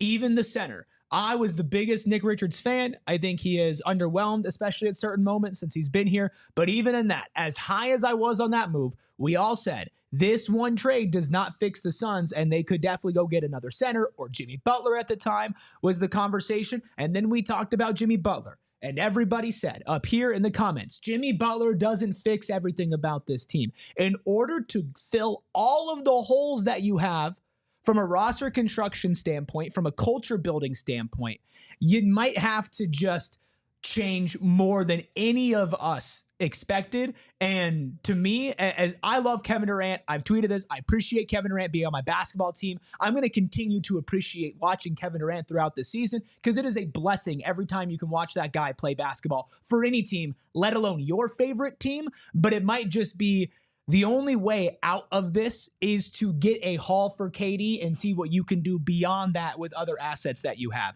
I don't like that, but unfortunately, I don't like a lot of what's going on. It's not a matter of what you like. It's a matter of what reality are you staring down and how do you get through it on the other side, at least a competitive team in the West. And my point, they did not have to go the big three route. I mentioned it yesterday, mentioned it a couple of times before. It was forced. And the repercussions have outweighed the successes that they've seen with this roster template. It was one of the biggest dice rolls in a scenario where it did not have to go that way. And that's what they decided to push all their chips into. And now it's patch job after patch job, and it's just not working out. I go back to that, and you look at it, and the cap ramifications, everything. It wasn't as if, again, you're still going to get that money. Bradley Beal wasn't the right move, but I don't think that the thought process of trying to move Chris Paul and finding something, I don't think necessarily was the wrong thought process. It was just the wrong answer you landed on who to bring back. That's the thing that's so frustrating to me is like, you could see where the attempts at moves could have made sense, and man, you swung and you missed big on the one that you went for. Yeah, that summer, I understand the thinking at the time. Obviously, hindsight is 20/20 on both of those trades that they made, but at the time, Bradley Beal was the best player that you could get. I think that trading for him without getting him to waive the no trade clause was a mistake, and I also understand Brad why he didn't do that. But we can't forget that at the time, people were kind of done with Chris Paul in terms of not being able to rely on him to stay healthy through a playoff run. Like, they were up in that game 2 in Denver on the road with Chris Paul out there. Chris Paul goes down. They lose that game by like 10 from the time he went out. They lose that game. They lose the series. It takes some Herculean efforts from Book and KD to even steal 2 off the Nuggets. And I think, like, if you had run it back with that same roster, people would have complained about that as well. It doesn't mean it was the right move. As we can tell right now, they put themselves in a place where now they don't have a lot of trade flexibility by adding Bradley Beal. But like, if you look at the vet, or they could have stretched and waived Chris Paul to free up the mid-level exception. You look at the guys that were signed for the mid-level exception. It was like Gabe Vincent, like Spencer Dinwiddie. It was not anything. Not difference makers. If they'd have run into the season with that, we would have been like, why aren't they building around KD and Book? They're wasting a year of KD and Book. We know now that it could have helped with flexibility with all the stuff that's come since then. But at the time, I don't blame them for getting the best possible player that they could have added for Landry Shamet. The pick swaps and the picks that went out, that might have been the problem. I don't know. I'm always a believer in make the move, like go for big, understanding that there could be, the downfall here, and they wound up on the side that it failed. All right. Yeah. And, And okay, you accept that. Like, everybody that's like, oh, they never should have traded Cam and McHale, and they never should have done. That's crazy. We also saw that starting to run its course too. They kept getting blown out. They were a 500 team at the time. Yeah. Like, I love Cam and McHale, and obviously a lot of people were sad when they were gone. Mm-hmm. But that team might have reached its capacity in terms of, like, we saw early in the season what they looked like when Cam Johnson was healthy, but Cam was having problems staying healthy. And then Book goes down, and we see DA and McHale really struggle to step up. And then McHale finally flips a switch, and at that point, that was when the trade happened. So it's easy to play revisionist history, but a lot of people forget that in the moment is when these decisions are made. And in the moment, a lot of people were like, yeah, if you could trade for KD to a team that has reached its ceiling and is not going to recapture that same magic of the finals team from 2021, like, you do that. If you do have a toxic locker room right now, let's everything's happened. Everything's, there's no changing where you're sitting. There's no DeLorean, and we're not hitting 88. We're not going back to 2021 and changing any of that. If you have a toxic locker room right now, which that's the narrative ESPN is running with, that we continue to hear, what do you do in the next 3 months to ensure that it doesn't get worse, and maybe you can try to fix it and make it slightly better? I don't think a coaching move's on the table, but again, things may not surprise me. I don't think a front office move is off the table. But how do you make sure that this does not devolve into something worse? Well, a lot of people in the chat are talking about ESPN. Udonis Haslam, Bob Myers are talking about how Phoenix is a toxic locker room. Part of the reason why I've gone down this like depressive spiral with this team is because we're at the point where you're staring down the face of it could definitely get worse with what the reports are on this locker room. And listen, we are going to be here every step of the way. We're not stopping doing shows, pregame, postgame, live shows, all of it. No matter how dire it gets, PHNX Suns will be here. Let's rip through super chats. I do. One thing won't be here, and I have some breaking news on it. Oh, no. Are you ready for it? What? Wee, breaking news. I am retiring the purple pants. Wow. They are gone. They are done. Oh, no. I'll hang them in the rafters here if we so choose, but they are done. Today killed that. There is no more hope in terms of that. So the purple pants are officially dead. Wow. My wife thanks the Phoenix Suns. Just wash them before you hang them up. Oh, I will. Don't worry. Trade deadline is over. Shams Charania, of course, saying the Suns are not moving Kevin Durant. We knew that because of Gerald and because of Gambo. A quick recap of some of the moves that have been made since we last talked. Of course, we mentioned the Clippers trade where they got Bogdanovich, 3 second-round picks for Terrace Mann and Bones Highland. The Hawks traded Cody Zeller and Houston's 2028 second-round pick back to the Rockets. Dennis Schroeder continues to get moved. He is getting moved to Detroit and will be staying there. Congratulations, Noah. Poor guy. The Wizards waived Reggie Jackson. The Memphis Grizzlies then traded Marcus Smart and a first-round pick to the Wizards in a multi-team trade that sends 2 second-round picks to Memphis, creating roster flexibility for Memphis. The Clippers traded Kevin Porter Jr., he should be out of the league, to the Milwaukee Bucks for Marjon Beauchamp. The Kings acquired Jake LaRavia from Memphis. The Pacers are sending James Wiseman in cash to Toronto. And the Warriors done with trades but are looking at the buyout market. Shams said that the Suns informed all interested teams before the deadline that they are not moving Durant. Hopefully that situation can come back together and you can, go to KD and say, we were just listening. But the Suns apparently want to see how their team looks for the second half of the season. A lot of other people don't. Let's get to super chats. We are 40 likes away from our like goal. We've been going for an hour and a half, and we have a lot of super chats to get through, so please hit that like goal as we power through these. Psycho Blue, the $5 super chat, says, Basketball Cthulhu thinks Ishbia needs to banish the entire front office to the abyss for letting the Nurk drama go on for so long again. D.A., Jay Crowder, Eric Bledsoe, Gortat, and now add Jusuf Nurkic to that list. Hunter with a $1.99 super chat says, do you prefer Mavs, OKC, or Houston Hall for KD? That is something that I feel like we're going to be talking about a lot for the rest of the season and into the summer. It's tough unless you lay out exactly what you're going to get from all of those teams. If he's going to Oklahoma City, I'm not selling for anything that doesn't include Chet Holmgren. Jalen Williams? I'm not selling for anything that does not include Chet Holmgren. Chet I don't Holmgren think that's and happening. 40 Then I first guess and he can't second go to round. Oklahoma And City. I don't think Chet or Jalen Williams would be available. So yeah, Mhm. it would basically be a rebuild package where you're just My getting point exactly. all of the picks and salary to make it match. My point exactly. Okay, I'm just kind of processing the Shams thing. What else do they need to see?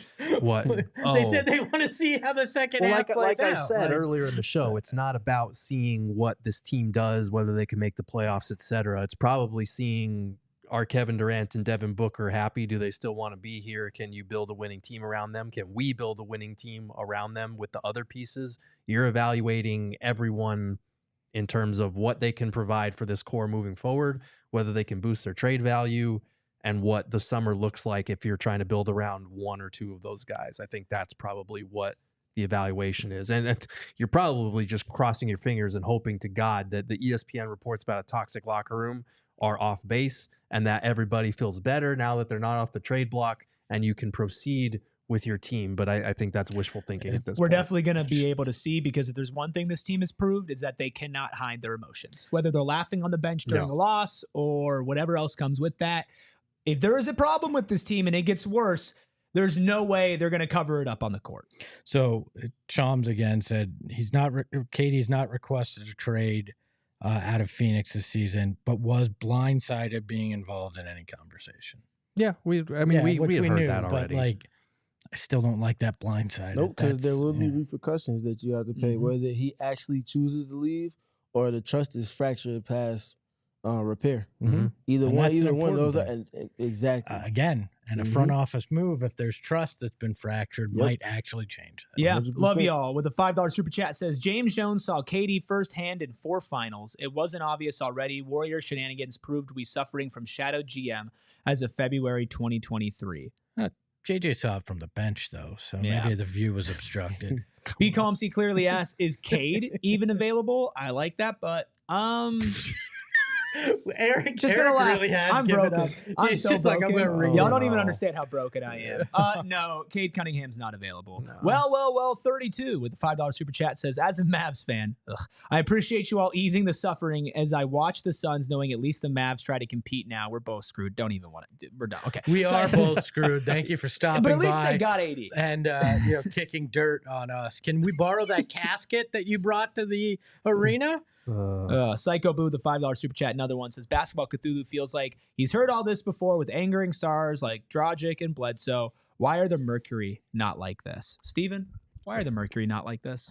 They're more calculated with their decision making. Well, and Diana Taurasi's been a stalwart and the leader for 20 plus years. I mean, that's it. Everything revolved around her. Like, and so I think that goes a long way. And they've won multiple titles already. So Yeah. I think that helps buy you a little bit of time because you know that you can get to that mountaintop. And we as Suns people have watched this team for 50 plus years fail to get there. Well, yeah, Coaching- I think the fans crossed that Rubicon once you went with Super Team and you failed to win then, where Mercury fans have felt the joy and grown along with Diana and that whole team. So Sebastian with a 199 super chat says, we are still small. We need a wing. We suck. And then another one saying, why are you so sure KD extends with the Suns? Eye emoji. I don't know. I'm not sure that he extends definitely with the not Suns. sure. I don't think any of us did. Any of us say that? I don't know. I think just, I don't think so. Just a general question. Dana with another $2 super chat. Thank you, Dana. Says, another finesse jump shooter fixes it. That's what James Jones is saying, according to Dana. Troy with a $9.99 super chat says, it's one thing to play bad on the court. It's another to create a hostile environment. We had everything and have forsaken ourselves. When did basketball not become fun? When you compile losing after losing after losing with the expectations that the team came into with this season, with injuries and underwhelming performances and a toxic locker room now and players making unnecessary advances on opponents that put the team in even more of a hole that they're already in, to a player getting demoted for no reason, to another player getting demoted for no reason. firing 3 coaches in as many years. This is interesting, not necessarily that it relates back to the Suns, but Chris Haynes is reporting on NBA TV that Trae Young's future with the Atlanta Hawks is becoming murky. Mm-hmm. Well, I mean, Let me open up The trade machine. The writing's been on the wall Let for me that open thing. up though. trade machine and let me just see what I now, can cook now up you're here. trying to cope with trying to come up with a no. Oh, I'm so. Come if on, you didn't you think can I'm add- coping, can I where have- have you been? Add I- Atlanta can I to have that it- list of teams that I mentioned earlier.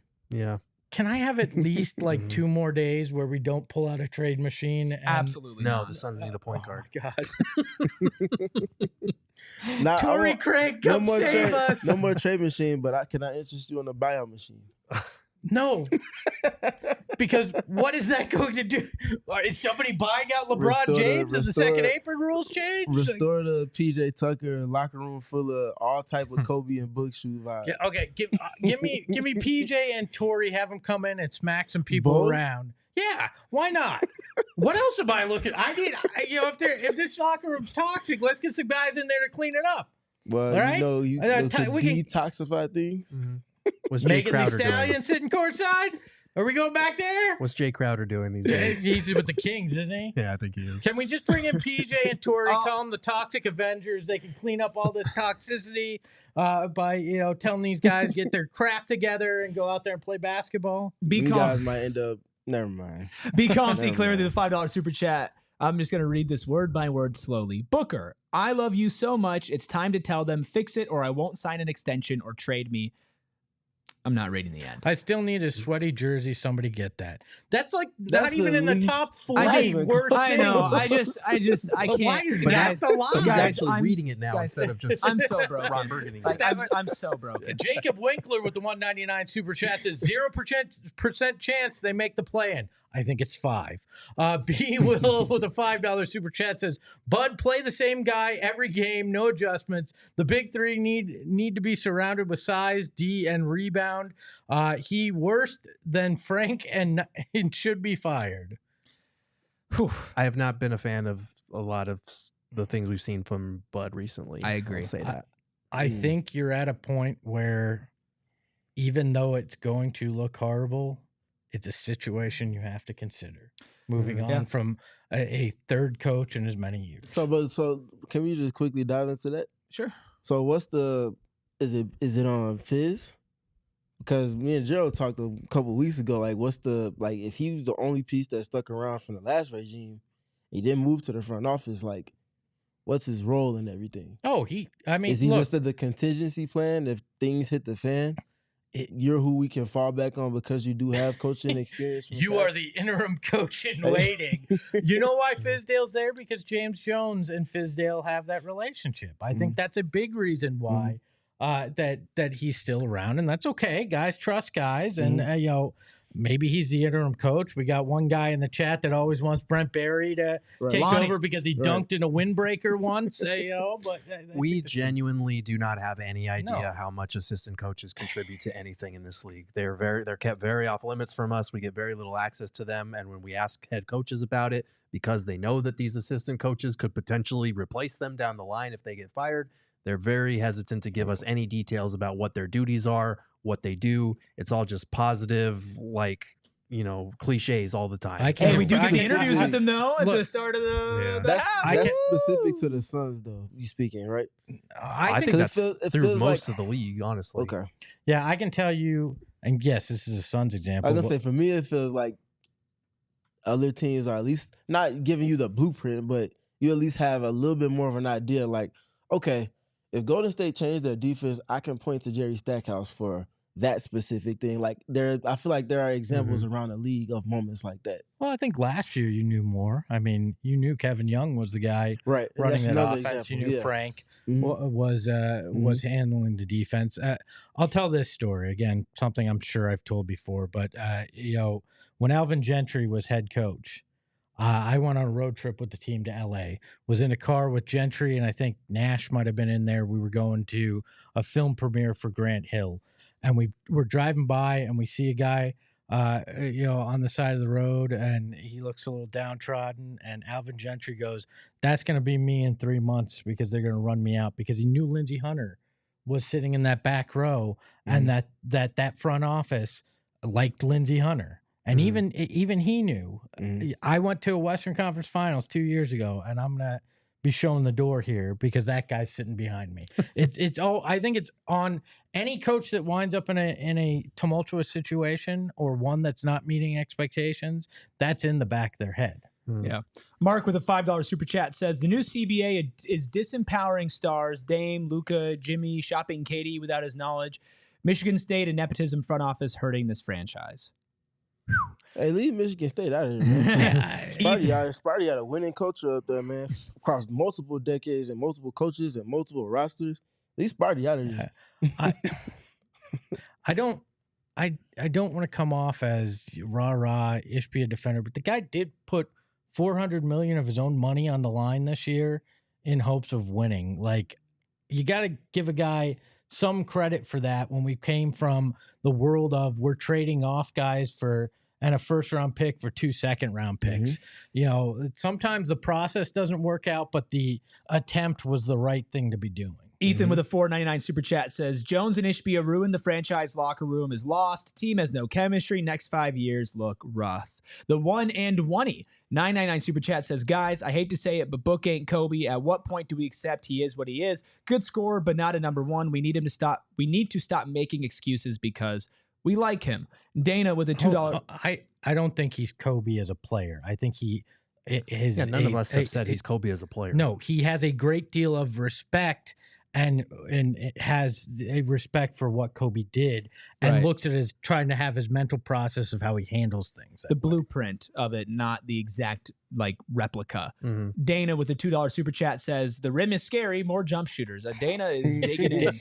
Dana, I appreciate the bit. You won the MVP of this trade deadline. That stuff's funny. Today. Ethan, 199 super chat. Another one says, this front office lost the trust of the city and locker room. SMH. Chris, too, with a $5 super chat says, Houston could be the perfect landing spot for KD this summer. Thoughts? We did talk about that earlier. Sorry we didn't get to the super chat earlier, but trust me, plenty of where KD should go next chat is coming for this season, the offseason. KT with a $4.99 super chat says, the Kobe comparison needs to stop. Kobe held his team accountable. Losing doesn't sit well with Kobe. Book and Durant don't have that in them. Simonut? $10 super chat says, Durant is a toxic baby. Wow. Says he fought with 14-year-olds on Twitter. Book's career winning percentage is 48%. All real stars are well over 50%.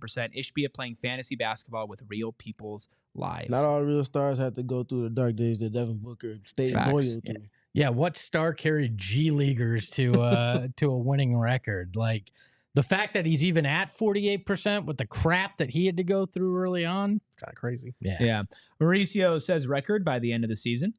500. 500. Yeah, 40. I was saying the same thing. 500. 41 and 41, baby. Honestly, though, no. I think they're going to finish below 500 now because of that strength. I mean, they did get dropped down to 500 with their loss last night, which feels like 6 years ago. 39 and 43, baby. Woo! Trevor with a 199 super chat says, could have went for Spido when he was available. Yeah, because this team doesn't have a problem with having guys playing the same position with the same skill set and the same height. Jersey Joe with a $4.99 super chat says, squad is set now. Why is Tyus still starting? Put him on the bench to run the second unit as a real point guard. It's time to start Brad and Dunn for the rest of the year. If you're going to finish above 500, you have to tweak some of the things internally. Let's make that locker room more toxic. Can I say this? Can I say this, though? I think the Suns are going to end up 500. They absolutely have the facilities to end up above 500 in the plan. They have the players to do it. As flawed as this roster is from a championship competition standpoint, how the players are being used and utilized, this team could absolutely make the play-in, which is a sad thing to say and maybe get some pushback on. Kevin Durant, Devin Booker, Bradley Beal, Ryan Dunn, Grayson Allen, Royce O'Neal, Nick Richards, not a great team, not a championship team, could absolutely make the play-in. If it is coached right, if the players actually give effort and energy, and if the rotations of the starting lineup are correct, and with none of those things happening, that's not going to happen. But they absolutely have the ability to, and they should be held to that standard for the rest of the season. This guy has swung more than a person at a fishbowl party in the 70s, all right? You've gone like this. No, I'm not. We are absolutely He was saying screwed. all this would happen, and it would get him above 500 by 2 or 3 games. No, that's what I'm saying. Is you could still absolutely make the play, which is a low bar. I'm just giving you a hard time. They can make it's the not play-in. not a compliment. But you got to team. stop playing dudes and putting them in positions that they're not supposed to be Agreed. in. And 100% agreed. Bring Tyus off the bench, put Bradley Beal back in the lineup, played Ryan Dunn more than 11 or 12 minutes. Stop and now giving Nick you- Richards the shortest leash of all time and letting Mason Plumlee run amok no matter what he does. Wake the hell up, maybe. That would be a good Agreed. start. Like you sleepwalk through so many portions of these games, and Yeah. the OKC third quarter was a prime example of that. Mike with the 199 super chat says, "You four and Devin Booker are my starting five. Phoenix for life." Thanks. Appreciate Mike. you, Appreciate Mike. that. Man, If I you're was gonna- out- you're we gonna wouldn't lose a have lot no of point guard basketball problems. Oh, really? I'm in. 10-day contract for Steven. Let him run Down. point. Can we have him run point guard, coach the team, and be the GM? That'd be nice. You're asking for a little too much now. You got to Yeah, talk do his it. contract. A little 10-day contract. Get that done. Leo with a 499 super chat says, "We're going to be like the 2023 Miami Heat. We're going to make the play-in, then make the playoffs, and make a deep playoff run. I believe. Come on, y'all." Woo, Leo, I love that you're indulging in our cannabis sponsors. We really appreciate it, and I hope you're right. I will say this. We've been through such a wild ride over the last 3.5, 4 years that I'm not going to say anything is out of the realm of possibility just to screw with us. Like, I'll say it. That's not You- happening. Could you imagine if they do that, and then they're like, actually, we don't need to make any changes at all? Oh. Yeah, none of that's happening, so we're good. Don't worry Oh, about it. Libertarian Sasquatch with a 199 super chat says, "I'm scared Ishbia is Jerry Jones. Long way to go before we have that Yeah, conversation. Jerry Jones my has friend." rings. Well, there's that too. They got a lot of dust on him, but he does have them. Makai with a 199 super chat says, "I hate that the left-hand commando is sad. Come on, son." Not the left-hand commando. I was talking. a graphic of the I was left-hand talking- commando, Noah. I was talking with Gerald before the show, and he was going through hypothetical trades, and like I am broken. I'm a broken man right now, and I think out of all of us, I've been holding on to the most hopium the entire season, and I always talk myself into best case scenario. And right now, I don't have it in me, and maybe I'll wake up tomorrow and I'm gonna pick the Suns to win their game tomorrow. But probably not, because Man, you picked them to win against Oklahoma City. You better it have is them the win We all know that every was a game bit. the rest of the season. Nah, is the- nah. it is the Jazz. That's fair. yeah, we'll see. Not a primetime game. I, Hey, for guys, one, am looking forward to turning around from possibly trading Kevin Durant to celebrating him reaching 30K. 30K. Woo! Won't that be a fun situation That won't be tomorrow? awkward. And they'll do it on the likely. How many points is he away? Is it going to No, happen? I think it's 26. Yeah, so 23, it'll likely 26, happen yeah. tomorrow night when they celebrate Devin Booker. Is he being the playing franchise- tomorrow night, though? Is Who the another hell question. knows, man? I don't know. Does he play again? Is he done? He doesn't want to set the record 30K with the Suns. We are 5 likes away from our like goal. We have almost been on air for 2 hours straight. Please, there are over 740 of you still in here strong. Only 5 of you need to hit the like button. Smash that. We want to get to 400 after the fact. Noah Yes, has a man. surprise. New surprise. So while you all hit that like button, let's round things up here on a special edition of the PHNX Suns show. Our final thoughts on what the Suns did and did not do at the trade deadline. Steven, how are you feeling? I'm great. Glad. I'm great. Super happy I mean, for you, thank man. you for asking. By the way, it's making me more mad. Steven, can you be my life coach? I think if I could have I your can do it. demeanor, I would be a much happier human being and better Well, off. you know, he's used to it. He's a Bulls fan. So, like he's saying, Oh, it's knock it good. off. It's good over here. Wow. We completely demolished that. We already at 345 likes. That was 50 of you just hit it like that. Now my mood's better. Thanks, guys. But from a basketball perspective, Steven, where do you stand after the dust is settled for the Suns? I mean, there's no trades. There's no savior coming from outside. We knew that. It's definitely not happening now. The best they can do is make a marginal move on the buy-in market from a player that was a mid-level exception or less in terms of their contract. It's all about what's in-house now. Are you guys going to rally together? The outside noise has really been shut down now. Do you have what it takes inside to ultimately give yourself a chance? That's it. That's all there is left. Can you give yourself a chance? Yeah, I mean, I'm underwhelmed by the trade deadline. I think getting off of Nurk's contract is something that you wanted to do and needed to do, even though you kind of have egg on your face doing that 2 years after the fact and having to attach an asset to get rid of a guy that you were selling as a better fit than the guy that went out the door at the center spot.